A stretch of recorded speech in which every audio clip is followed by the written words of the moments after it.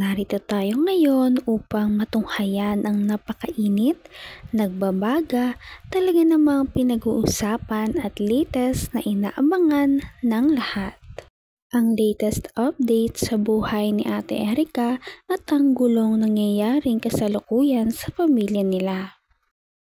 Mas lalo pang gumulo ang sitwasyon noong magsalita na ang mama ni Erica na si Ate Gina at sinasabing iniskam daw ni Kalinga Prab si Ate Erica dahil vinavlog lamang daw siya nito at hindi binabayaran. Linawin lang ito ha. Gusto kitang kausap ng personal para linawin natin kung may sumbong ka, akong bahala sa'yo. Val Santos Matubang, kakampi mo. Sa lahat ng oras, sa lahat ng panahon. Basta, pag-uwi ko galing daet, maligo ka, ha? Magbihis, mag-usap tayo. Kasi, hindi pwedeng ganito, ha? Kaya bakit sinasabi po nila na wala pong naibigay na tulong itong si Kalinga Prab dito kay na samantalang sa part 1 pa lang po ay nakapagbigay na po itong si Kalinga Prab ng 5,000 pesos. At sa part 2 abay, malaki-laki! Ibig sabihin po, sa bawat vlog ni Kalinga Prab, bayad na pala kayo. Bayad na pala kayo sa bawat vlog. Wala ka nang hanap.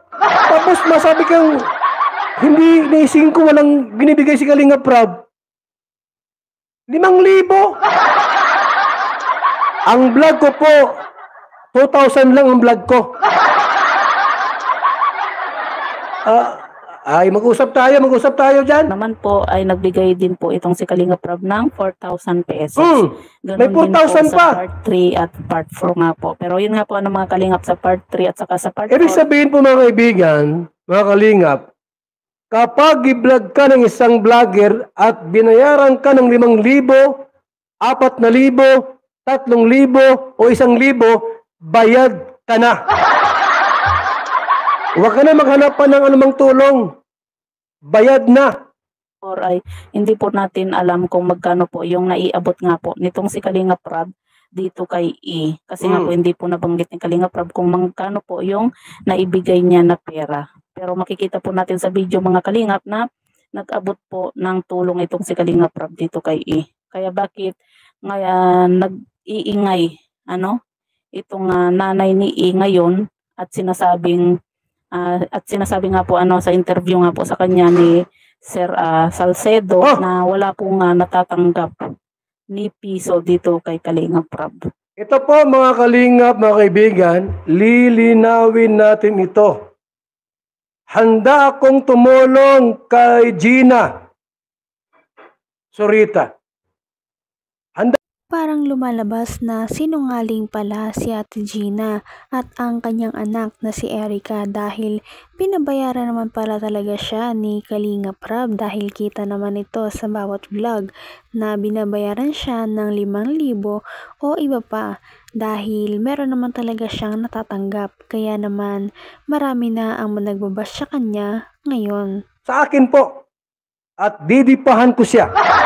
Ha? Opo. Diba? Kumaga talagang sinisiraan itong si Kalinga Prab. At sa pabahay pa lang po, diba? Ipagpalagay na po natin mga kalingap na hindi nga po napabahayan itong si dahil nga po sa umalis na nga po ito, diba? Alam naman natin na kapag sa pabahay nga po ni Kalinga Prab ay talagang gumagastos din po itong si Kalinga Prab. Nandun na nagbibigay po yung mga sponsor pero pagka kulang po yung budget ay talagang dinadagdagan po ni Kalinga Prab yung budget nga po para sa pabahay. Bawat pabahay po ni Kalinga Prab ay meron po siyang ambag. Kaya mga Kalinga Prab, mga kaibigan, abangan niyo po yung ating part 2 nito. Hindi ko ito tatantanan hanggat hindi makuha ni Ate Gina ang katarungan, ang hustisya po. Alamin natin lahat. Nanay Gina Panza Zurita, ako ang kakampi mo sa laban mong ito. Sasamahan kita kahit saan. kakampi mo si Val Santos Matubang. Pupunta ako sa bahay mo, maligo ka, magtabango, at magkwentuhan tayo, at magkape. Ha? Lahat ng reklamo mo sa mga vlogger na yan, akong bahala sa'yo. Ako ang bahala sa'yo. Sa anak mong si Erika, kung nasaan ka man ngayon, kung may mga nang-aapi sa'yo, just text me. Handa akong tumulong. Ang numero ko, 0929-1132-469. Kung wala ka ng allowance, wala kang pera, akong bahala. Marami akong pera dito, bibigyan kita. Ha? Huwag na isama yung isa mong kapatid, yung motor daw, yung sinanla ba yung... hindi ko alam kasi mayroong mga screenshots po mga kaibigan na yung daw kapatid mo, yung tricycle, na isanla daw yon. Hayaan mo na yun, basta tayo mag-usap dito. Erika, pasensya ka na doon sa vlogger. Na nang api sa'yo. I-text mo ako, tawagan mo ako sa numero ko, 0929-1132-469. Handa. Grabe, at parang hindi pa talaga sapat ang gulo ng kanilang pamilya dahil dumagdag pa sila ng ilang tao na guguluhin din dahil nananahimik lamang si Kalinga Prab na tumutulong sa ibang tao at napasama pa siya dahil dito dahil sinasabihan pa siya na hindi daw nagbabayad ng tama sa kanyang mga vlog. Sasamahan kita kahit saan. Kakampi mo si Val Santos Matubang. Pupunta ako sa bahay mo, maligo ka, magtabango, at magkwentuhan tayo, at magkape. Ha? Lahat ng reklamo mo sa mga vlogger na yan, akong bahala sa'yo. Ako ang bahala sa'yo. Sa anak mong si Erika, kung nasaan ka man ngayon, kung may mga nang-aapi sa'yo, just text me. Handa akong tumulong. Ang numero ko, 0929-1132-469. Kung wala ka ng allowance, wala kang pera, akong bahala. Marami akong pera dito, bibigyan kita. Ha? Huwag na isama yung isa mong kapatid, yung motor daw, yung sinanla ba yung... hindi ko alam kasi mayroong mga screenshots po mga kaibigan na yung daw kapatid mo, yung tricycle, na isanla daw yon.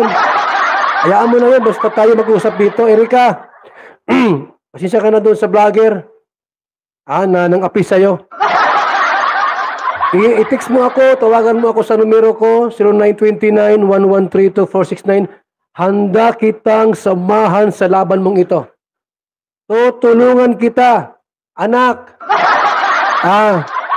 Yung nanay mo, akong bahala dyan. At anumang laban mayroon siyang ilalaban, handa akong kampihan. Nasa likod mo lang ako. Don't forget my name, Val Santos Matubang. Handang lumaban sa mga taong inaapi. Katulad ninyo. Punta ako dyan sa bahay ninyo. Ate Gina, nasaan ka man ngayon? Gina Panza Sorita. Pupunta ako sa iyo, ha? Maligo ka, magpabango, magbihis ng maganda at magin ako at parang naman magpa-selfie tayo, picture-picture. Salamat po sa nagbigay ng itong ating pong ngayong topic. Ako po'y naawa talaga dito po kay Gina Panza Sorita. Grabe talaga ang mga revelasyong nalaman natin sa video na ito. Ano na kaya ang mangyayari sa pamilya ni Ate Erika? At hanggang dito na lamang muna magtatapos ang ating napakainit, nagbabaga at pinakainaabangan na latest issue ni Ate Erika. At yan ay pagpapatuloy natin sa ating mga susunod na video. Hanggang sa muli, maraming salamat sa panonood. Bye!